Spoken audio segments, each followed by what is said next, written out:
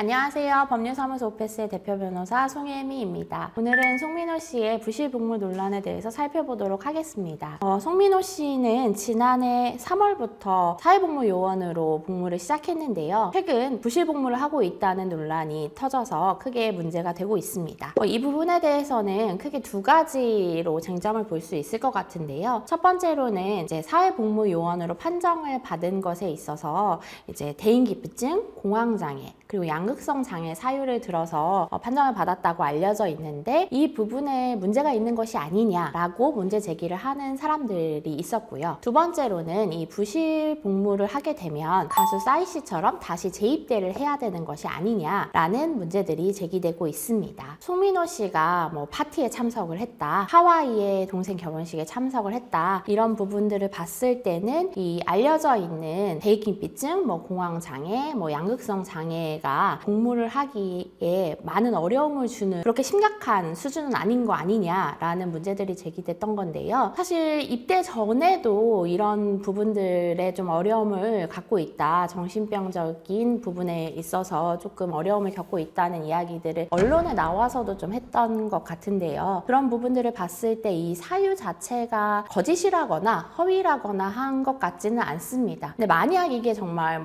거짓이거나 과대 포장됐다거나 한다면 우리가 앞선 여러 병역 관련된 사례들이 있는 것처럼 굉장히 큰 문제가 될 수 있는 사안이겠죠. 그리고 두 번째로 이제 가수 싸이 씨처럼 재입대해야 되는 거 아니냐라는 부분을 좀 살펴보면요. 지금 경무청이 의뢰를 해서 경찰이 입건을 했고 지금 피의자 신분인 것으로 알고 있고요. 경찰에서 해당 근무지를 압수수색해서 CCTV 등의 증거를 확보한 것으로 알려져 있습니다. 그래서 부실복무 논란이 이제 맞다, 이게 사실이다 라고 판정이 된다면 싸이 씨처럼 재입대를 하기보다는 복무기간이 연장되고 그에 합당한 처벌을 받을 것으로 예상이 되는데요. 그 이유는 싸이 씨 같은 경우에는 산업기능요원 이었고 송민호 씨 같은 경우에는 사회복무요원이라서 약간 복무 형태가 다르고 지금 병역법에 따르면 최대 35일까지 연장이 될 수 있습니다. 그래서 그 복무 기간에서 플러스로 더 복무가 연장되는 형태가 되지 않을까 예상을 해봅니다. 군 복무 형태는 다양하게 정해져 있는데요. 일단 가장 일반적으로 복무하는 형태가 육군, 해군, 공군, 해병대 이렇게 복무하는 형태가 있고요.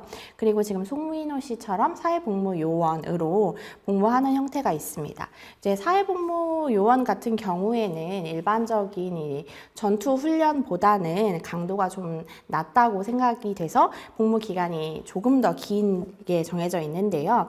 공공기관이나 교육기관, 의료기관이나 사회복지시설 이런 곳에서 이제 복무를 하게 됩니다. 그런데 지금 송민호 씨 같은 경우에는 이제 대민 업무, 민원 업무를 담당을 했었는데 앞서 얘기한 양극성 장애, 대인기피증, 공황장애의 사유를 들어서 이런 업무에서 이제 배제를 해줬다는 부분이 있고 그다음에 근무지를 또 이탈해서 출퇴근을 제대로 하지 않았다라는 부분이 문제가 제기되고 있는데요. 이 부분이 맞다면 이제 근무지를 이탈했다고도 볼 수 있고 부실 복무를 했다 라고도 볼 수가 있겠죠. 근무지 이탈이나 복무에 대해서 제대로 복무하지 않았다, 업무를 했다고 할 수 없다 라고 이제 진술을 하게 된다면 이제 그 부분이 아무래도 증거로 활용이 될 것 같고요. 그래서 증거로 활용이 됐을 때 이제 송민호 씨가 이제 어떤 식으로 방어하느냐도 또 재판부에서 볼 것 같기는 한데 그런 혐의들을 다 인정하고 반성하고 있다고 볼 건지 아니면은 정면으로 또 반박을 한다면 또 그에 맞는 증거를 제출하지 않는다면 이제 반성하고 있지 않다 이렇게 봐서 더 괘씸하게 볼 수도 있죠. 이 논란과 관련해서 이제 송민호 씨가 강원도 고성에 있는 파티에 참석을 했다든지 아니면은 소집 해제가 가까워지자 러닝 크루들을 가입을 해서 몸을 만들고 있었다든지 아니면 동생의 하와이 결혼식에 참석을 했다라든지 이런 것들이 증거 사진이랑 같이 막 나오고 송민호 씨가 술을 마시고 담배를 피우고 파티를 즐겼다, 이제 본인이 사회복무요원으로 판정을 받았던 대인기피증, 뭐 공황장애 이런 거랑은 좀 거리가 있는 모습인 거 아니냐라는 비판을 받고 있습니다. 뭐 근무지를 제외한 지역으로 이탈을 한 거, 그 다음에 지금 사실은 출퇴근에 대한 이야기가 계속 있는데 출퇴근을 어떤 형태로 했는지, 그리고 그게 출근을 했다고 볼 수 있는 형태인지 이런 여부에 따라서 사실은 얼마나 이 근무지 이탈을 했다고 볼 수 있는지 정도도 나올 것 같아요. 그래서 그 부분은 사실은 CCTV가 확보됐다면 어렵지 않게 판단할 수 있는 부분이라고 생각이 들어서, 그런 부분들이 만약에 전부 논란을 제기한 이야기한 사람의 주장이 맞다면 상당 부분 병역법 위반으로 판정을 받아서 뭐 연장된다고는 거의 확정적인 사실이라고 봐야 되겠죠. 병역법 위반으로 재판이 치러질 수도 있죠. 정도에 따라서. 중간에 뭐 근무지를 변경해 준 것도 특혜다라는 규정이 없는데 옮겨준 거다, 뭐 이런 얘기도 있었잖아요.